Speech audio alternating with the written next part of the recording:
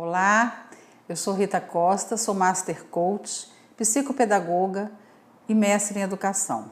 Há cerca de 15 anos tive meu primeiro contato com o estudo das crenças e fiquei fascinada pelo tema. Mais tarde, ao fazer a minha dissertação de mestrado, realizei uma pesquisa sobre as crenças limitantes que interferem na aprendizagem dos alunos. Fiz uma pesquisa extensa sobre como essas crenças interferem no processo de aprendizagem dos alunos e como as crenças que o professor tem sobre o aluno interferem também no autoconceito desse aluno. O propósito dessa pesquisa foi trazer esse estudo para o âmbito da educação e fornecer ferramentas que possibilitassem aos professores no processo de aprendizagem. Professor, quais fatores você acha que levam os alunos a apresentar fracasso escolar? A experiência escolar tem um papel crucial na autopercepção do aluno, ou seja, como esse aluno se vê. Para analisar essas crenças, é necessário levar em conta todas as influências a que os alunos são submetidos no processo escolar e na família. Eu gostaria que você, professor ou educador, me respondesse algumas perguntas antes que eu seguisse com o assunto. Você sabe quais são suas crenças? Você consegue perceber que seus alunos têm crenças que limitam ou que o ajudam? Você considera que seus alunos possam ter um autoconceito negativo ou positivo em função das crenças que carregam? Você acredita que as crenças podem ser mudadas? E afinal, o que são crenças? O conceito de crenças é antigo. Há muito tempo que as pessoas tentam compreender o que é falso e o que é verdadeiro. Muitas vezes se pensa em crença no sentido de credos ou doutrinas, e muitas vezes o é. Para simplificar, crença é tudo aquilo que se toma como verdade. Qualquer coisa que você pensa que é apenas o que você está pensando sobre isso. Durante toda a nossa vida, o tempo todo, estamos criando conceitos sobre coisas. Isso tem início na infância, onde recebemos nossas primeiras impressões. Essas crenças são resultado das impressões que registramos ao longo de nossa vida. Impressões, o que é isso? No geral, são marcas deixadas em algo. Pode ser uma enorme pedra, deixando como marca uma cratera, ou algo mais invisível, deixando marcas na nossa consciência. Essas marcas podem ser sutis ou poderosas e podem marcar completamente a vida de uma pessoa. Mas a longo prazo, não são as impressões que influenciam a nossa vida. O que realmente influencia a nossa vida são as histórias que nós contamos dessas impressões. Uma impressão é o começo de uma história. Fatos geram as impressões. Os acontecimentos da nossa vida geram impressões. As histórias que contamos sobre esses fatos é que geram as crenças. E é assim que as crenças são formadas. Impressões podem gerar experiências positivas, que aí teremos crenças úteis, ou experiências problemáticas, e aí teremos as crenças limitantes. É na infância e na puberdade que são criadas a nossa identidade, sexualidade e as crenças sobre nós mesmos, formando aí o nosso autoconceito. Aqui, o nosso foco são as crenças limitantes sobre a aprendizagem. Vamos entender as dificuldades de aprendizagem. O que são dificuldades de aprendizagem? Podem ser explicadas pelas limitações que os indivíduos têm de processar ou utilizar informações que recebem do meio. Ou seja, esses indivíduos apresentam incapacidade de ler, escrever, calcular, abstrair, classificar e muitas outras coisas. A dificuldade de aprendizagem não pode ser usada como sinônimo de distúrbio de aprendizagem. Existe uma grande diferença, pois as dificuldades de aprendizagem tratam de limitações em processar informações. Já o distúrbio de aprendizagem trata de questões mais complexas, que envolvem questões multidisciplinares. Assim, aprender e não aprender depende de vários fatores, principalmente está ligado a fatores subjetivos das pessoas que ensinam e das pessoas que aprendem. Um deles são as crenças, que é o nosso foco aqui.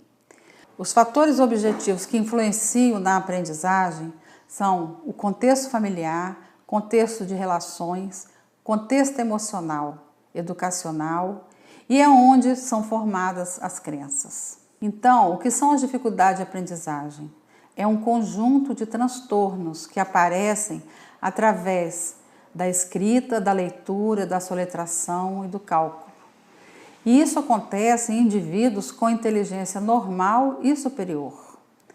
Geralmente, não ocorre em todas as áreas. Podem ter relação com problemas de atenção, de comunicação, de memória, de raciocínio e de coordenação, e várias outras. Isso pode estar também relacionado com a escola, de como as informações são passadas, podendo desestimular do ponto de vista emocional a esses alunos. Então, como que funcionam as crenças na aprendizagem?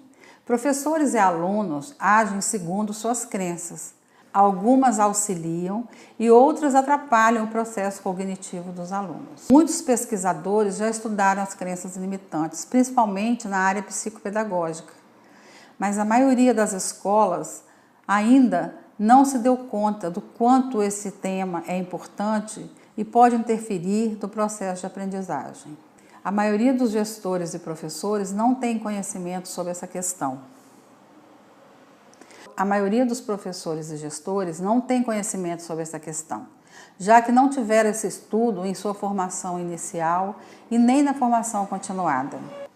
Assim, as crenças que poderiam ser investigadas e trabalhadas dentro da escola passam despercebidas.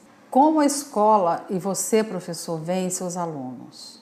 Na observação, é importante conhecer o padrão de referência de quem observa, ou seja, a maneira que a pessoa vê, o mapa dessa pessoa, como essa pessoa vê o mundo, para poder avaliar a verdade dessa observação. Ou seja, a observação é individual, cada um vê conforme o seu mapa. Isso significa que cada pessoa tem suas crenças e emitem suas avaliações e juízos conforme essas crenças. Concluindo, as crenças educacionais são manifestadas por professores e alunos e cada um tem as suas convicções a respeito do processo de aprendizagem. Considerando que o professor é um profissional que passa grande parte do seu tempo com os alunos e que ele tem crenças sobre sua profissão e sobre estes alunos, é de fundamental importância conhecê-las, já que influenciam em suas ações e em seus julgamentos. A sensação de incapacidade dos alunos é o resultado das crenças que eles têm sobre eles. O professor, o aluno, a escola, o meio ambiente em que vivem são fundamentais na formação dessas crenças. Em 94 foi realizada uma pesquisa por 2 educadoras sobre as expectativas dos educadores sobre o desempenho de seus alunos. Essa pesquisa revelou que alunos considerados menos inteligentes por seus professores eram aqueles em que se esperava um resultado inferior e no final eram os alunos que ficavam reprovados. Essa pesquisa constatou que alunos se tornam alvos das crenças apresentadas por seus professores. E falando de contexto escolar, é necessário que as crenças sejam conhecidas e reconhecidas, para que possam ser substituídas por crenças que ajudem a acessar o potencial do aluno. Então, como identificar crenças limitantes? Existem várias técnicas. O metamodelo da PNL é uma técnica muito boa. Eu vou compartilhar uma técnica simples que você pode usar até em sala de aula com seus alunos. Lápis e papel na mão. Identifique um desejo. Coloque uma palavra que signifique um impedimento para você após esse desejo.